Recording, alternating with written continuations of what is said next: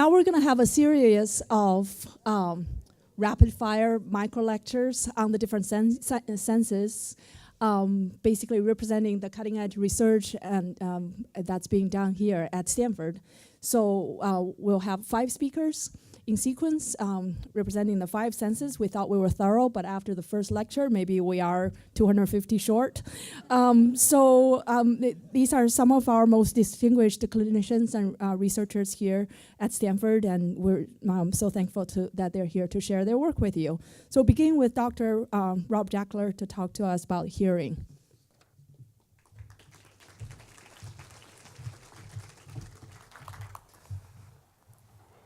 You know, the ability to communicate is at the core of what it is to be a human being. To be able to talk with friends, to share ideas, to educate our young. Hearing loss is a substantial impediment to communication. Helen Keller, who is both deaf and blind, had a unique perspective on this. She said, blindness separates me from things, but deafness separates me from people. Now, if you think about the nature and scope of the problem, there are hundreds of millions of people around the world with severe and profound hearing loss. In America, 1 in 2,000 children are born deaf each year. But you know, those of us approaching older age, which includes me, the silver tsunami, we begin to lose hearing as we grow older. And half of adults beyond the age of 70 have significant hearing impairment. And while a generation ago we might have been happy to sit upstairs in the study or upstairs knitting, we want to live a very active life. We want to go to seminars and enjoy live theater. And the need to restore the hearing loss that occurs with aging and in infancy is very important. Now, where are we today in the ability to cure hearing loss? Well, the good news is conductive hearing loss throughout the 20th century with microsurgery has largely been overcome. If you have a hole in the eardrum, we can repair it. If the 3 bones of hearing, the ossicular chains, are disrupted, with small titanium pieces, we can reconstruct it and restore hearing in the great many people. However, there is a large group of people which people often refer to as nerve deafness. You must realize, though, we have learned it is not nerve deafness. In fact, the auditory nerve and the hearing parts of the brain are almost always intact in severe hearing loss. The problem lies within the cochlea, that snail-shaped organ which contains the organ of Corti. And in that organ are a series of 15,000 hair cells in a side, a tiny, minuscule drop of cells, whose job it is, as rods and cones sense light in the eye, to take the vibrations and turn them into nerve impulses, and in the various areas of the tonotopic area, with all the different frequencies, as we heard from David, projecting to the brain and to be understood as a sound. Now, we learned in the 1970s that if you deafen a bird, it regrows hair cells. It's healing, regeneration, if you will. And when I came here 15 years ago, I began to put together a group of now over 100 scientists working on what we call the Stanford Initiative to Cure Hearing Loss. And the notion is to regenerate the organ of Corti, to restore the lost hair cells, which would overcome an enormous segment of currently uncurable types of hearing loss. Now, Stefan Heller, who's a senior scientist in our group, became world famous in the early 2000s for having found that in mammals, in rodents, that he could, through a series of clever molecular steps, convert the scar cells into hair cells and restore hearing in animals. Now, there are 3 basic channels for this type of research. One is cellular therapy, and we're all familiar with stem cells, and this world initially began with stem cells from fetuses and cord blood. But today, it's more induced pluripotential cells. So you take an adult with deafness, you take a piece of skin or fat, and you bring back that differentiation only a little ways back, and then transition it over to become a hair cell. That's one strategy. The second strategy is rekindling developmental genes. You know that there is in your DNA a perfect instruction set for forming a perfect inner ear and organ of Corti. So by understanding the steps of development and particularly identifying key master regulatory genes like ATO1, you can stimulate that with small molecules and various other ways to cause a self-organizing cascade that rebuilds the lost organ of Corti.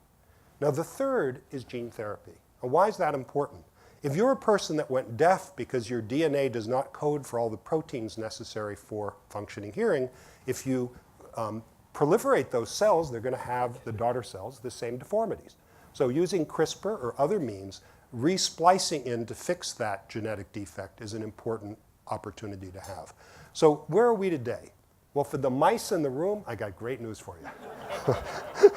So our goal is to bring this, and so that our goal in the coming decades, and I am extremely optimistic that we will cure sensory loss, or at least make sensory loss as curable as conductive hearing loss is today. And this has profound implications. Now, let's go on from there. I want to talk about hearable devices, ear devices, and hearing aids. Now, it turns out that if I take these glasses and I put them on my face, what does culture say? Culture says that I'm stylish and I'm smart.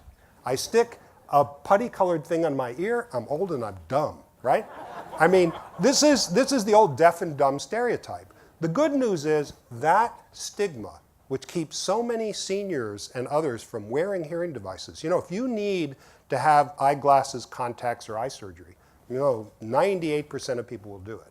But only a third of people who could benefit from a hearing device will wear it because of that perceived stigma of aging in that way. So what is going on today? There is a disruption to the world of hearing devices. For one thing, the average price in America of eyeglasses, $200 to $300. The average price of a hearing aid, $3,000, $6,000 for both ears. It's absolutely unsustainable and needs disruption. There are what are called PSAPs, personal amplification devices, showing up in all sorts of stores, in Amazon. You can buy a pretty credible device now over the counter. But what I'm going to point out to you is that wearing an ear device in the coming years will become as common and more common than wearing a wristwatch. It will be a routine consumer device that you wear, not just because of hearing, because it will be part of an intelligent ecosystem of connected devices. Now, we have this now with our cell phone. It can be our conduit for music. It can be our conduit for books, for example. But there's vastly more than that. There's what's called the Internet of Things. You know, things like doorbells and smoke alarms and the heating system at home that are increasingly nested into this ecosystem of digital devices. The ear is one important element in that with your computer. Your digital assistant, your Alexa, you can ask it through your earpiece all sorts of questions. It will feed you information. You'll have directions when you're bicycling and can't have a heads-up screen, for example. Now, what sort of functionalities will these hearable devices give you? Well, aside from music and books, think about it this way. You go into a museum, the picture will tell you about itself. You're in London, you go to step off and you look the wrong way and there's a double-decker bus. How many of you have had this, right? Okay? It's going to scream at you, stop, step back, right? It's going to give you warnings, just for example. Now, it's also going to give instantaneous translation of languages. And this is emerging as we speak today, okay? This is a fundamental change to the world's culture. The Tower of Babel, as described in the Bible, goes away. And think about what it will mean when you can listen to anyone in German or French in perfect English coming into your ear, in Japanese and Chinese. And this is coming, and it may initially take the form of speech to text. Speech to text to translation, and shows up on your glasses as a subtitle line. Or it may show up in your ear. This is on the verge of emerging today. The other point I'll make is this. We have the possibility with these devices to fundamentally improve a human sense in the population at large.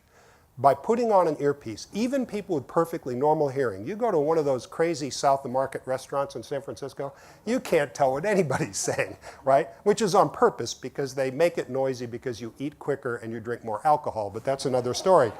But you can put these devices on, and even today you can link together your AirPod with other people in a noisy environment, and you can speak to each other in a closed loop. Pretty soon this will come, and with more and more computing power in these devices and in the phones to which they connect, they will get enhanced signal-to-noise ratio so that human speech comes out of the din of background noise for humans. Now, once we have these devices on everyone's ear in the population at large, it's an easy matter to build in accommodation for hearing loss. And all of a sudden, instead of a third of people using it, it becomes an ordinary thing that you put on in the morning, has all sorts of functionalities I haven't even touched on. But I will share, my last comment is that the ear is a high-value real estate for the biometric revolution. That is to say, there are a series of connected devices that are going to change our understanding of diabetes and high blood pressure and myriad other diseases by knowing the data of your physiology and pathophysiology 24/7, 365. Now, why the ear? Right now, you might wear a Fitbit or an Apple Watch, right? You ever notice that there's a million extra steps because your arm moves around all the time and the accelerometer is triggering? In the ear, it's trunk. It's measuring much more accurately the activity. The other thing is the hand is part of your thermoregulatory system. It gets cold and clammy or warm and sweaty, right? The blood pressure varies in the hand. The ear is a very close mirror of what's going on in the brain, the glucose, the oxygen, the temperature that's in the ear. So that this will be one pickup in a nested series of devices that are monitoring you in that way. So what I will say is, I predict that we're all going to be wearing hearing devices in the future, young and old alike. We'll proudly think of the latest technology we have rather than wanting to hide it because we feel old and dumb. And our next trip to France is going to be that much more enjoyable. Thank you.